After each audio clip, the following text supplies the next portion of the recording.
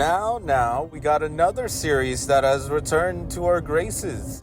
Yes, I am talking about The Shield Hero. Rising of the Shield Hero Season 4 is essentially here and isn't going anywhere because it just started. And what do I think? Do I think it can live up to the potential that Season 1 ever so put?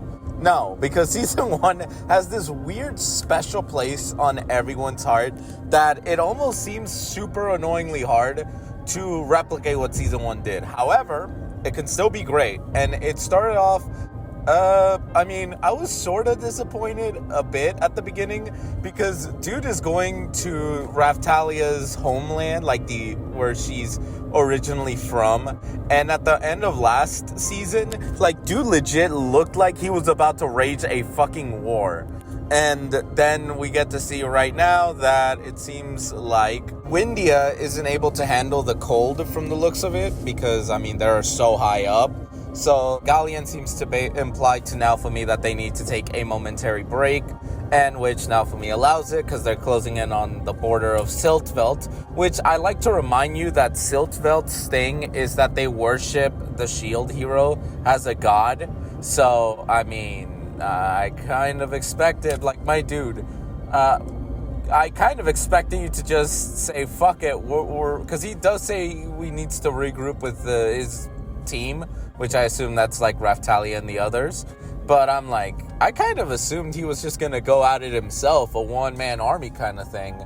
But anyway, he needs to, he basically tells us the priorities. He also says that the heroes are all getting along right before, obviously, the attack on his village and on Raphtalia, which implies that, it seems like that plot line of how the sword, the spear, and the bow, they're kind of now on Naofumi's side, which is a good thing because obviously Naofumi has always been on the right side. Maybe not always, he takes it a bit far here and there, but like I'm saying, it's basically showing that things have definitely gotten better, but there's still new problems. Like this place, Cutenlo,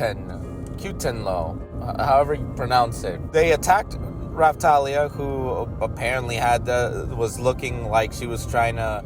We see Atla and her brother knock most of these guys. She was wearing the same type of komodo, the same one that the Emperor wears and some shit, and that she's a princess and stuff. There's a lot of stuff that the last episode kind of left us off on.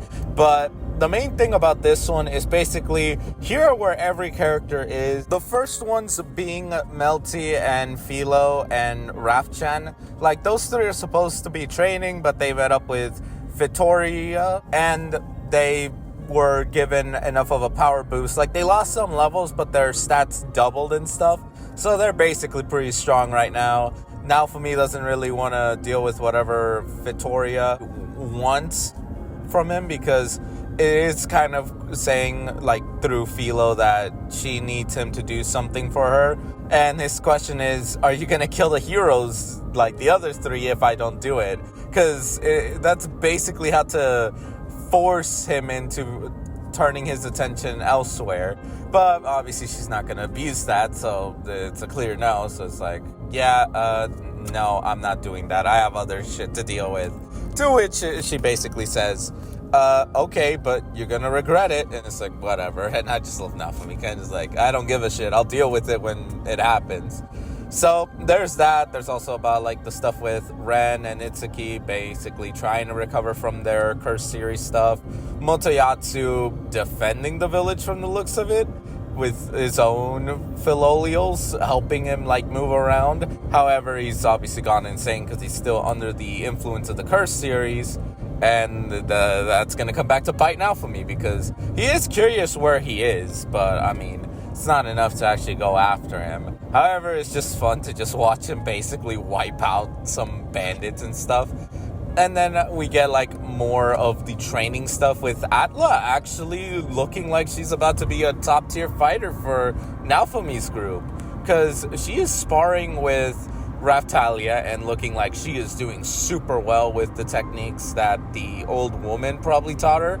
And then now she's able to beat her brother Kel. So she's proving to be a top fighter, and she is 10, 11. So yeah, she has quite the potential. But moving on from that, they obviously formed their group on heading to Siltveld, which we do see, and obviously the warning came in from the queen that guess what they're gonna do? They're basically going to treat him like a god. They're gonna want to give him a harem, and obviously you can kind of figure out the implications from there and all so on and so forth. So yeah, some of the stuff does happen, and essentially the quest to go to Quinton Low is put on hold because now the Siltveld politics come into fucking play, because now you got some factions that want the shield heroes good graces, and that would obviously cause issues. Like, Naofumi wants to leave. He wanted to use his status to try to get things faster, like get a boat and stuff. But because he arrived at such a unprompted notice, that means that they can't just have the shield hero suddenly disappear just as they arrived, because it's going to mean that, oh, he left us, we're going to riot, and some stupid shit like that. And obviously he can't explore because apparently they need time to give the people a chance to prepare themselves in order to give Naofumi gifts and shit. Essentially the biggest annoying fucking home arrest of all time. And Naofumi's kind of annoyed of it. And so am I. And so is fucking Atla.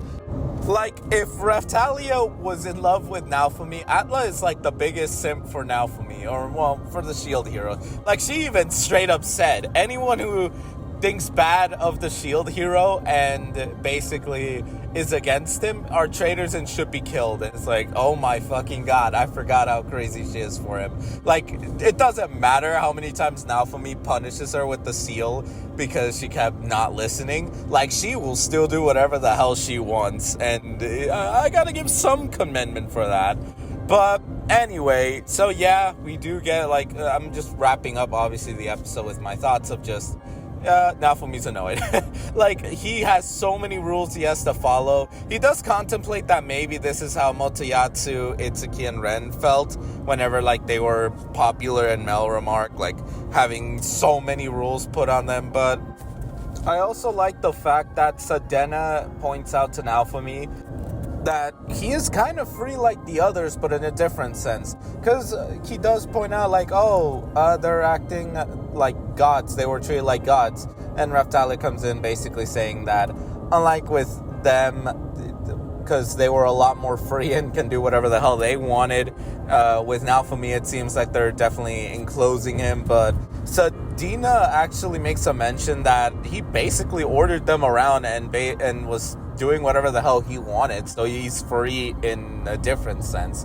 So a different perspective. I like the little different perspectives here and there, and they feel kind of natural.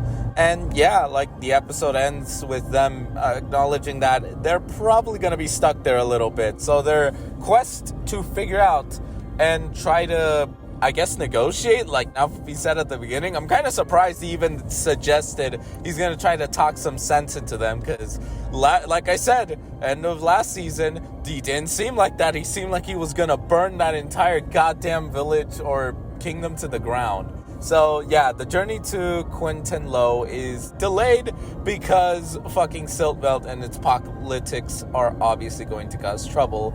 We see different characters from Siltveld. We have the faction with the whatever his name is, which I'll show on the screen, and then the lion demi-human. Anyway, so we have factions that are most likely going to come into play. So yeah, I'm pretty excited, because honestly, Siltveld is going to be the complete opposite of what happened in Melromark for Naofumi. So I'm kind of excited to see how Naofumi and his crew are going to handle all the shenanigans that are headed their way.